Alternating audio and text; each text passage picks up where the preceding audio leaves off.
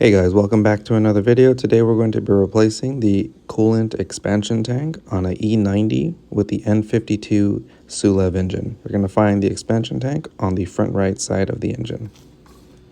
First off, if you are new to the channel, welcome, and thank you to my returning viewers. If you find any information here of value, please consider subscribing. So with that said, if you are unsure what is causing your loss of coolant, a coolant pressure test is an effective way to find the source of the leak. A test is performed by pressurizing the cooling system and looking for the leak underneath the car. It's simple as that. So here you can see I'm using a coolant pressure tester. We're going to pressurize the system to about 15 psi, and if the leak is very noticeable, you're going to find coolant leaking right away. So here you can see that the coolant expansion tank has been leaking at the seams and especially coming from the bleeder screw right here. You can see it all around the corners and the front and the back, showing that it is leaking from the seams. So we're going to go ahead and lift up the vehicle, undo all the screws for the underbody paneling, and set ourselves up with a coolant drain bucket.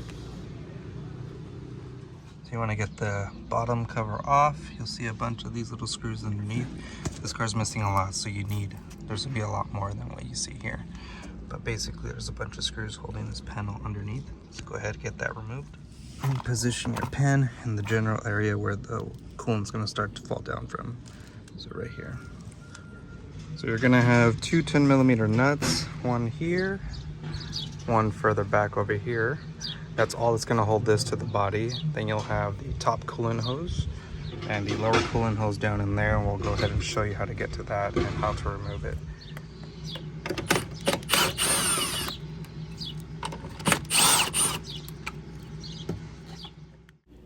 To detach the hose, you're going to want to unclip the hose here by lifting up. And now we can just go ahead and detach the hose from the coolant expansion tank. So with the coolant falling down, go ahead underneath, make sure it's falling into your bucket. So you can see here, everything's going good on the bucket. Now we can continue on top. Now I know you saw me do the screws first and then this hose, but I recommend you do the hose first, then the screws. This will help you pull the hose off a lot easier. Otherwise this will be moving around, it makes it a little difficult. So do it the other way around. Hose first, then the screws. We're going to remove this hose first. It's held on by one 10mm nut down there, and we're going to pinch on the sides here. Pinch here, get it to lift up.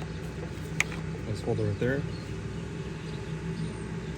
And you'll see the 10mm nut right in here. So we're going to go ahead and remove that one. Now, since it is a little further down, I'm going to use an extension with a 10mm with a magnetic tip right here. This is just so I don't drop the nut. You really don't need the magnetic tip, but it helps a lot if you have it. So it doesn't fall down. And now this can just be removed, and we'll set this guy to the side. So from the top angle here, you'll see just directly down underneath, you're gonna find that coolant hose right there. That's the bottom coolant hose. So we're gonna go ahead and clamp off this coolant hose and release it. So here's what I'm gonna use to clamp off the coolant hose. The reason why I'm using this and not just removing the coolant hose and letting all the coolant fall off is because I don't want to have a lot of coolant spill. So using one of these will prevent a lot of coolant from coming out from the engine. It'll have it basically blocked off so it doesn't fall out, and all you have to worry about is whatever's inside the reservoir. So I know it is difficult to see, it's pretty dark down in there. Even if I shine my flashlight, it's kind of hard to see, but you can see that the hose is right here, and if you follow it, I have it clamped down right there. When I remove the reservoir, I'm gonna go ahead and show you what it looks like, just so it's a lot more clear for you guys. But this is generally where you want to get it clamped off. And then now we can remove that hose and then the reservoir. All right, so here's the bottom coolant hose, just like the small one up on top. It's got a clip. We're just gonna undo that clip. Now when you get to this point and you're getting ready to remove that hose, so if your reservoir is filled with coolant, which mine is, you're gonna wanna remove that hose and then quickly plug it with your thumb. This will prevent a lot of spillage, so you wanna plug it with your thumb, bring out the whole reservoir, And then once you got the whole reservoir out, take it out into your coolant bucket and let it all drain into there. Now, sometimes that hose can be pretty hard, so you can use a flathead screwdriver just to slightly help you pry it out. Once you feel the hose starting to come undone, remove the rest by hand and get ready to plug that hole with your finger.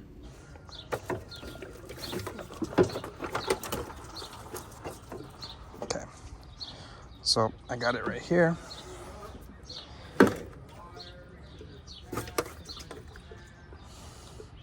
So once you get it out, you want to hold it right here with your finger, kind of how I am. This will prevent a lot of coolant from spilling out. So this hose right here, I'm blocking a lot of coolant from coming out. The last thing you need to do is undo the level sensor, which is right here. So we'll just get that off real quick. And now we'll take this underneath the car with our bucket to drain it out. So that's how you can prevent a lot of spillage.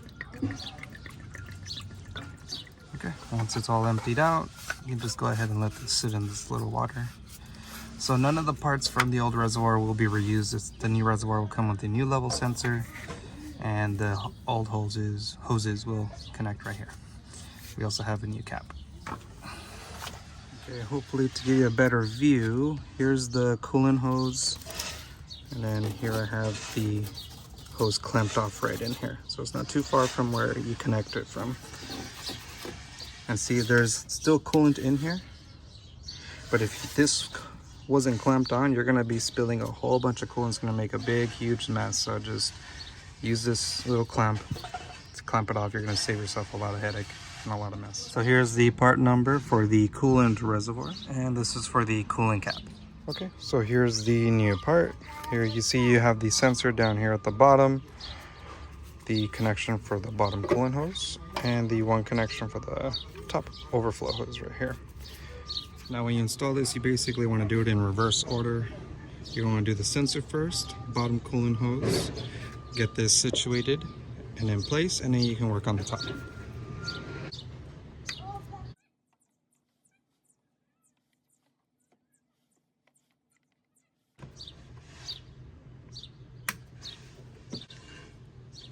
Now one thing I see people make a mistake on is when they put these coolant hoses in.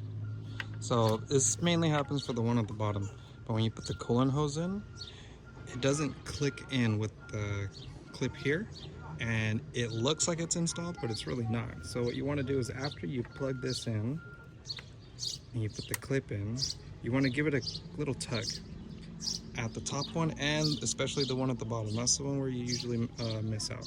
So just give it a quick tug, make sure it won't come out. That'll let you know it's secure in place.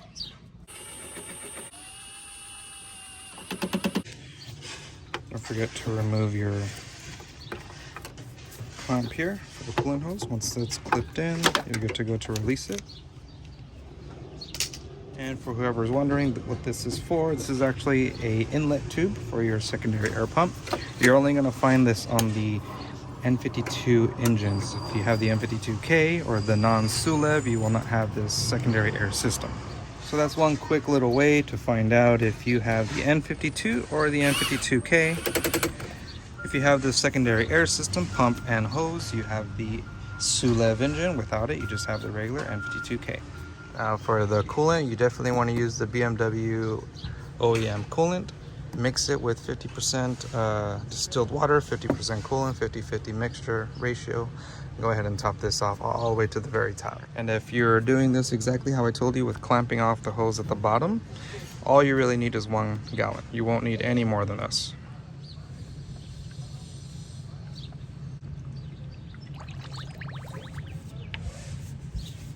Okay, so once you get it topped off to here, when you have this little plunger all the way to the top, we'll go ahead and stop right there. At this point, if you have the tools, you can do a second coolant pressure test. This will verify to make sure all the coolant hoses are connected properly and nothing's gonna pop off while you're driving. So go ahead and put in the coolant pressure test and test it out.